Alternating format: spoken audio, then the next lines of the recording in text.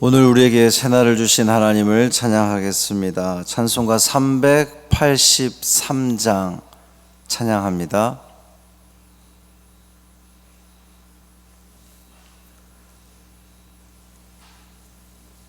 찬송 383장 눈을 들어 산을 보니 찬양함으로 새벽 기도회를 시작하겠습니다. 눈을 들어 산을 보니 도움 어디서 오나 천지 지은 주 하나님 나를 도와주시네. 나의 버리실 쪽 않게 주가 깨어 지키며 택한 백성 항상 지켜 길이 보호하시네. 도우시는 하나님이 내게 그늘 되시니 낮의 해와 밤의 달이 너를 상치 않겠네. 내게 화를 주지 않고 혼을 보호하시며 너의 출입 지금부터 영영 인도하시리.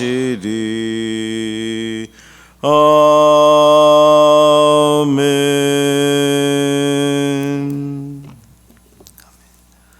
사도신경으로 우리의 신앙을 고백하겠습니다. 전능하사 천지를 만드신 하나님 아버지를 내가 믿사오며 그 외아들 우리 주 예수 그리스도를 믿사오니 이는 성령으로 잉태하사 동정녀 마리아에게 나시고 본디오 빌라도에게 고난을 받으사 십자가에 못 박혀 죽으시고 장사한 지 사흘 만에 죽은 자 가운데서 다시 살아나시며 하늘에 오르사 전능하신 하나님 우편에 앉아 계시다가 저리로서 산 자와 죽은 자를 심판하러 오시리라. 성령을 믿사오며 거룩한 공회와 성도가 서로 교통하는 것과 죄를 사하여 주시는 것과 몸이 다시 사는 것과 영원히 사는 것을 믿사옵나이다. 아멘. 이사야 14장 16절부터 19절까지 말씀입니다. 이사야 14장 16절부터 19절까지 말씀 함께 읽겠습니다. 너를 보는 이가 주목하여 너를 자세히 살펴보며 말하기를 이 사람이 땅을 진동시키며 열국을 놀라게 하며 세계를 황무하게 하며 성읍을 파괴하며 그에게 사로잡힌 자들을 집으로 놓아 보내지 아니하던 자가 아니냐 하리로다. 열방의 모든 왕들은 모두 각각 자기 집에서 영광 중에 작업만은 오직 너는 자기 무덤에서 내쫓겼으니 가증한 나무같이 같고 칼에 찔려 돌구덩이에 떨어진 죽음들에 둘러싸였으니 밟힌 시체와 같도다. 아멘. 이 말씀 하나님 말씀입니다. 오늘도 주님과 동행하시는 복 있는 하루 되시기를 주님의 이름으로 축원합니다. 어제 말씀까지는 이 바벨론 왕으로부터 공격당해서 죽임당한 그 열국의 왕들이 바벨론 왕도 수월에 들어오자 이제 거기 가서 구경하고 환영한다고 그래야 되나요?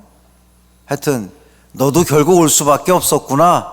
그렇게 천하를 호령하더니 너도 인간, 연약한 인간에 불과하구나. 이렇게 조롱하는 그 내용이었습니다.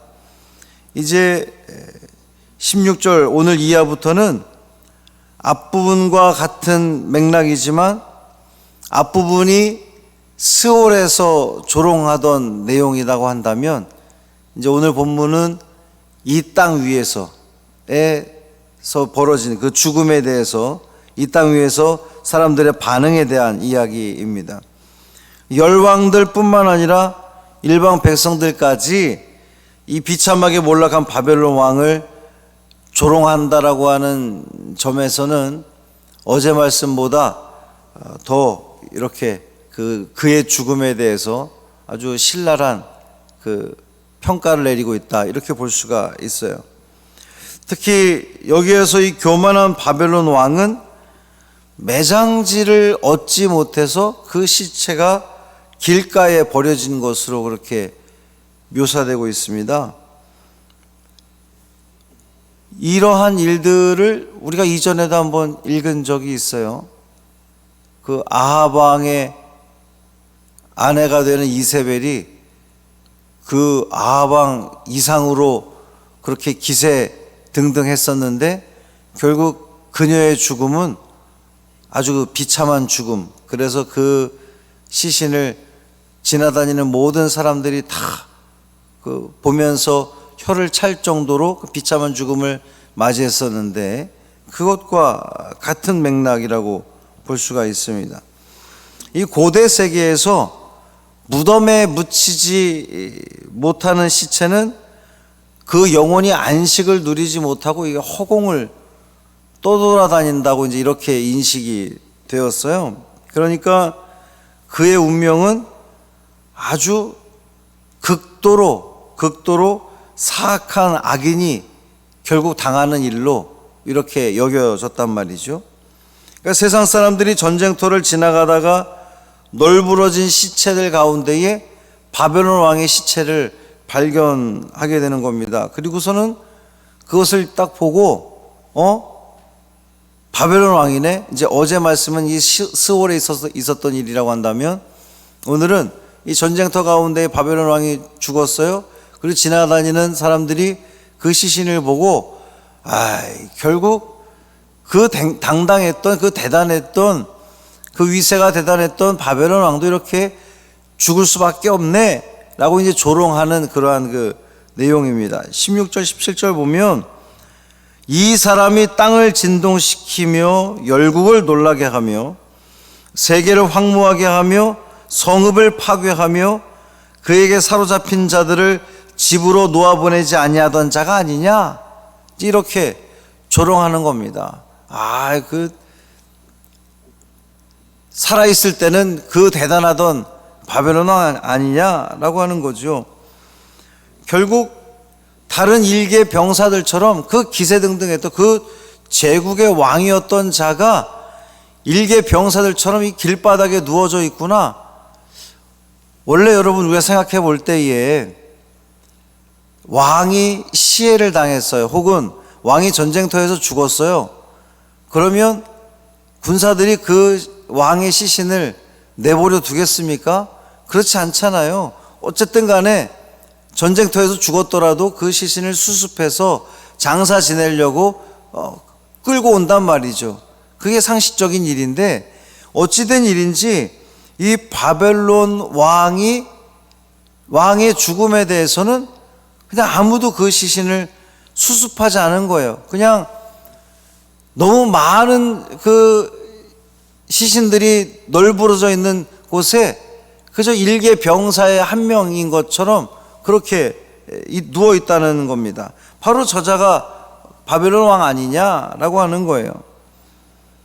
이사야 선지자는 이 세 가지 비교를 통해서 바벨론 왕의 죽음이 얼마나 수치스러운 이 치욕을 당할 것인지를 나타내고 있어요. 첫째는 18절에 열방의 모든 왕들의 무덤과 비교를 했습니다.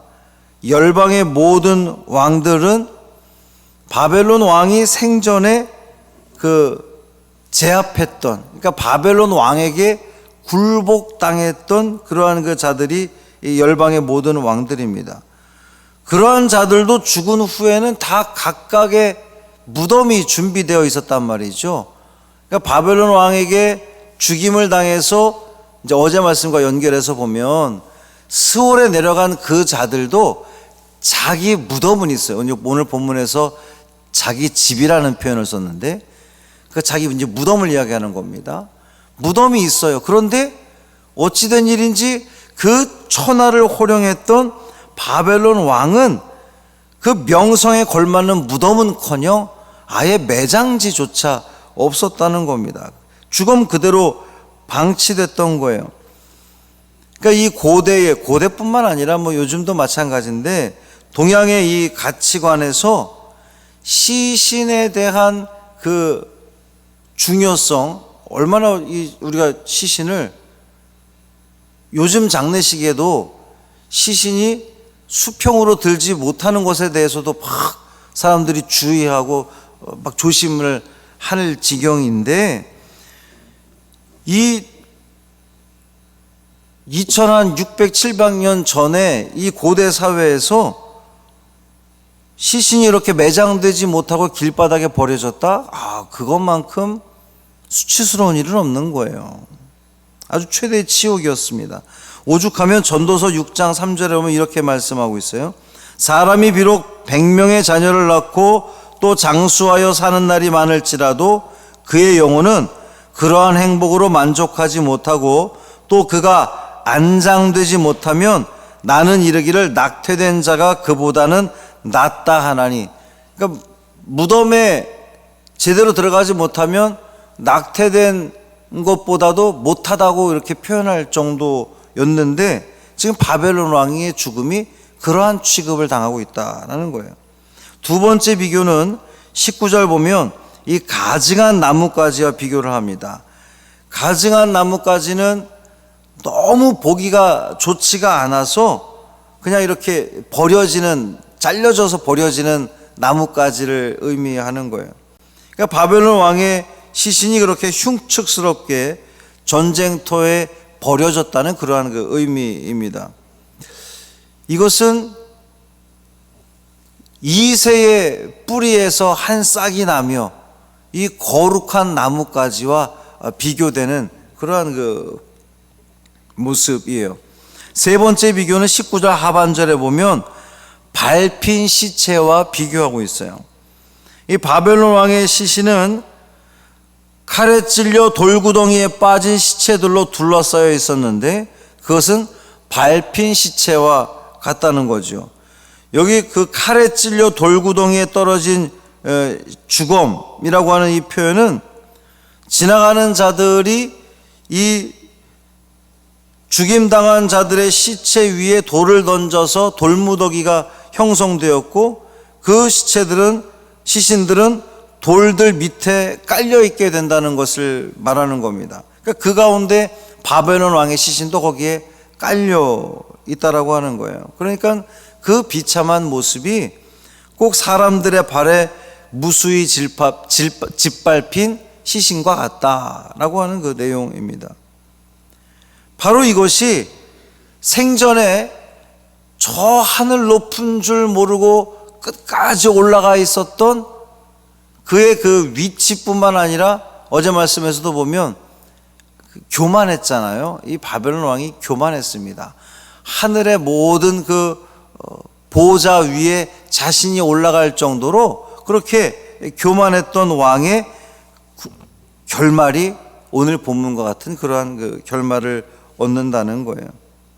사랑하는 성도 여러분, 언젠가 저도 여러분도 하나님 앞에 서는 날이 반드시 옵니다.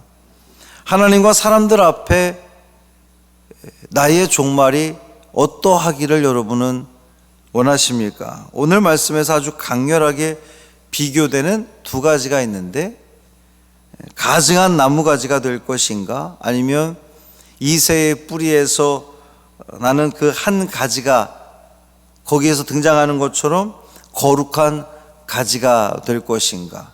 물론 그 이새의 뿌리에서 나는 것은 메시아 예수 그리스도를 의미하는 거지만 이 땅에 부귀영화만을 쫓는 사람이라면 그는 가증한 나뭇가지일 겁니다. 그리고 하늘의 보화를 쌓는 사람은 거룩한 나뭇가지가 될 겁니다.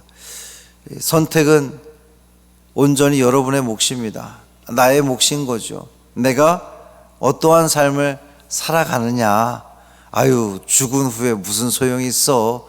그저 이 땅에서 잘 먹고 잘 사는 게 중요하지, 이 땅에서 실컷 먹고 즐기자 라고 살 것인지, 그렇게 사는 사람은 천국을 믿지 않는 사람입니다. 하나님 나라를 믿지 않고 하나님을 믿지 않는 사람이죠. 오직 자기 자신만 믿는 사람일 겁니다. 우리 믿음의 성도들은 썩어 없어질 이 땅의 곳에, 이 땅의 권세, 부귀영화에 초점 맞추는 삶이 아니라 저 하늘의 보화를 쌓는 삶이 되기를 원합니다. 우리는 하나님을 믿기 때문에, 우리는 천국을 믿고 천국을 소망하기 때문에 이 땅에서의 삶에 연연할 수 없습니다. 거기에 집중할 이유가 없다는 거예요.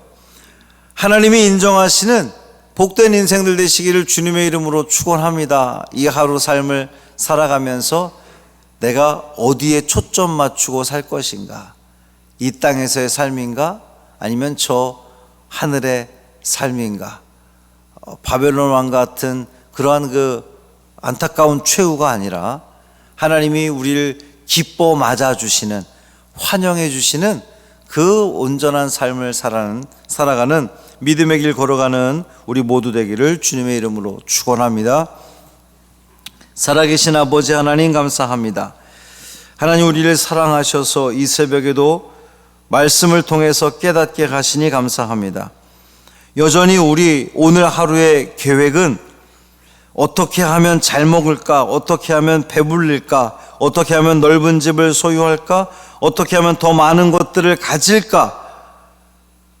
우리는 거기에 초점 맞추고 살아가는데 이 땅에서의 썩어 없어질 것에 집중하는 모습이 아니라 하늘의 보화를 쌓는 우리가 되기를 간절히 소망합니다. 우리는 하나님을 믿기 때문입니다. 천국을 소망하기 때문입니다.